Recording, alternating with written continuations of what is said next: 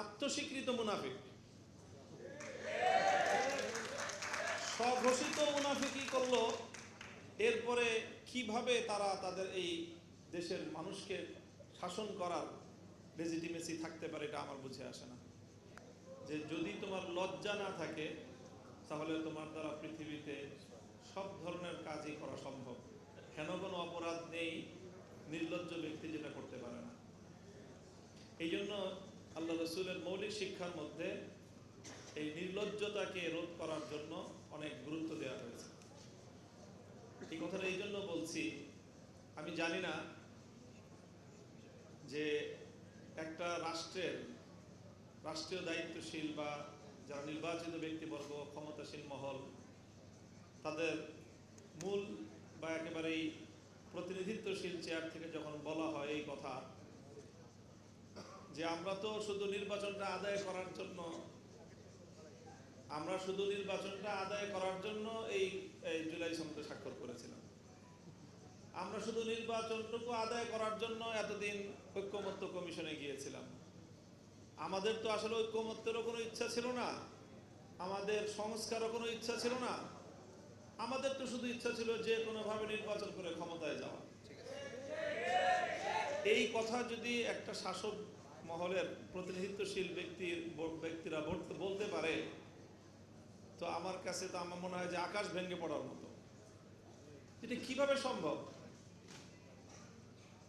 তো কাজেই আজকে জনগণকে, দেশের মানুষকে এই কথাটা বুঝতে হবে এবং তাদের কাছে আমাদের এই কথাটাই বলতে হবে যে এইরকম অকপট স্বীকৃতি, যে আত্মস্বীকৃত মুনাফিক, স্বঘোষিত মুনাফিকই করলো, এরপরে কিভাবে তারা তাদের এই দেশের মানুষকে শাসন করার লেজিটিমেসি থাকতে পারে, এটা আমার বুঝে আসে না। আমরা স্পষ্টভাবে বলি এবং মনে করি, গতকালকে তো এবি পার্টির এখানে এই মঞ্চেই প্রতিষ্ঠা বার্ষিকী ছিল, সেখানে আমি সংক্ষেপে আমাদের যে বর্তমান আন্দোলন, গণভোটের রায়, জুলাই সনদ, সব কিছুকে কেন্দ্র করে আমি এই সব আমাদের দাবি দাওয়াকে সামারি করে 4টা পয়েন্টে বলেছিলাম। আবারও সেই কথাটা পুনরাবৃত্তি করছি যে আমরা সরকারের কাছ থেকে 4টি বিষয় চাই। প্রথম হলো যে আমরা সংবিধানের সংস্কার চাই, কোনো যদি কিন্তু ছাড়া। এই সংবিধানে সংশোধনীর এই ব্যাখ্যা ছাড়াই যেই সংস্কারের দাবি উঠেছে, যেই সংস্কারের কথা বিএনপি তার 31 দফার যে নির্বাচনী তার যে ইশতেহার ছিল সেখানেও সে ব্যক্ত করেছে, সেই সংস্কারটাই করতে হবে। অন্যথায় আমাদের বিরোধী দলীয় চিফ হুইপের ভাষায়, আজকে সভাপতির ভাষায়, তাহলে আমরাও আবার সেই সংবিধান পুনর্লিখন, নতুন করে রচনা করার পথে হাঁটব। এটা শুধু নাহিদ ইসলামের একার কথা নয়, এটা আমাদের সবার কথা। স্পষ্ট বার্তা বিএনপির প্রতি যে সংবিধান সংস্কার না করেন আমরা সংবিধান আবার পুনর্লেখন করব ইনশাআল্লাহ। আমরা দ্বিতীয় যে আমাদের বাংলাদেশের মানুষের যে অভিপ্রায়, বিপ্লবের যে অভিপ্রায়, সেটা হলো আমরা ক্ষমতার বিকেন্দ্রীকরণ চাই এবং আমরা ক্ষমতার মধ্যে একটা ভারসাম্য চাই। এই ক্ষমতার বিকেন্দ্রীকরণ এবং ভারসাম্য আনয়নের জন্যই প্রধানমন্ত্রীর হাত থেকে প্রায় 5টা গুরুত্বপূর্ণ নিয়োগের দায়িত্ব রাষ্ট্রপতির হাতে ন্যস্ত করার প্রস্তাবনা করা হয়েছে, জুলাই সনদের মধ্যে অন্তর্ভুক্ত করা হয়েছে।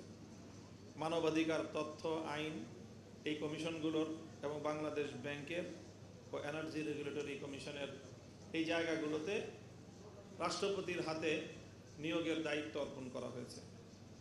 স্থানীয় সরকারকে স্বায়ত্ত শাসন দেওয়ার প্রস্তাবনা রয়েছে এবং বিচার বিভাগের যে সার্বিক যে স্বাধীনতা এবং স্বকীয়তা, সেটা বিচার বিভাগ এবং সুপ্রিম কোর্টের হাতে ন্যস্ত করা হয়েছে। এই প্রস্তাবনাগুলো বাস্তবায়নের মাধ্যমে আমরা মনে করি যে ক্ষমতার বিকেন্দ্রীকরণের যে আমাদের দীর্ঘদিনের যে দাবি, জনদাবি এবং ভারসাম্য প্রতিষ্ঠার যে একটা অভিপ্রায়, সেটা বাস্তবায়িত হবে। এটা হলো আমাদের দ্বিতীয়। তৃতীয় হলো আমরা রাষ্ট্রের মধ্যে দলীয়করণ এবং দুর্নীতিমুক্ত প্রশাসনিক কাঠামো চাই। কাজে এখানে পিএসসি, দুদক এবং মহাহিসাব রক্ষক সহ এই জাতীয় গুরুত্বপূর্ণ জায়গাগুলোতে নিয়োগের যেই ব্যবস্থা বা নিয়োগের যেই সিস্টেম, সেটা বাছাই কমিটির মাধ্যমে এই নিয়োগগুলোর ব্যবস্থা করতে হবে। দলীয়করণ এবং দুর্নীতিমুক্ত একটা সমাজ এবং একটা রাষ্ট্র আমরা গড়তে চাই। চতুর্থ হলো আমাদের নিরপেক্ষ এবং স্বচ্ছ একটা নির্বাচন চাই। সেই 90-এর দশক থেকে বাংলাদেশের মানুষ নিরপেক্ষ নির্বাচনের জন্য যেই পরিমাণ আন্দোলন বাংলাদেশে হয়েছে, একটা নিরপেক্ষ নির্বাচন ব্যবস্থা প্রতিষ্ঠার জন্য আমি জানি না সমকালীন পৃথিবীর অন্য কোনো দেশে এত বেশি আন্দোলন সংগ্রাম, এত বেশি জীবন দান, এত বেশি সম্পদের ক্ষয়ক্ষতি, এত আন্দোলন সংগ্রাম আর কোনো দেশে হয়েছে আমার জানা নেই। এরপরেও যদি বাংলাদেশের মানুষ একটা নিরপেক্ষ স্বচ্ছ নির্বাচনের নিশ্চয়তা না পায়, তাহলে এটা হবে আমাদের জন্য খুবই দুর্ভাগ্য এবং হতাশার কারণ। কাজেই সংবিধান সংস্কার, ক্ষমতার বিকেন্দ্রীকরণ, ভারসাম্য প্রতিষ্ঠা, দলীয়করণ ও দুর্নীতি মুক্ত প্রশাসনিক কাঠামো, নিরপেক্ষ স্বচ্ছ নির্বাচনের নিশ্চয়তা, এই 4টি মৌলিক বিষয় যে কোনো মূল্যে আমরা আদায় করে ছাড়বো, এই দৃঢ় প্রত্যয় আমাদের লাগবে। গতকাল এবি পার্টির প্রতিষ্ঠা বার্ষিকীতে বিএনপির নেতৃবৃন্দ উপস্থিত ছিলেন। তারা কেউ কেউ বলেছেন এমন যে আমরা এবার সংস্কার শুরু করি, 25% করি, 30% করি, তারপরে আবার আরেক সরকার এসে আরো 30% করবে, এভাবেই পূর্ণ হবে। সেই কথাটা ধরেই বলতে চাই, যদি অনেক দাবি আছে, জুলাই সনদ এবং গণভোটের যে বিষয়গুলি বাস্তবায়ন হওয়ার কথা, দ্বিকক্ষের উচ্চকক্ষ যেই পিআর পদ্ধতিতে হওয়ার কথা, এই সব বিষয়গুলোকে সামনে রেখে জনতার যে মৌলিক চাহিদা, বিপ্লবের যে মূল অভিপ্রায়, একটা সুন্দর, স্বচ্ছ এবং নিরপেক্ষ, দলীয়করণ মুক্ত, ফ্যাসিবাদ মুক্ত, দুর্নীতি মুক্ত একটি সুন্দর সমাজ বিনির্মাণের পথে আপনারা অগ্রসর হন। এতে আপনাদের মঙ্গল হবে এবং কল্যাণ হবে।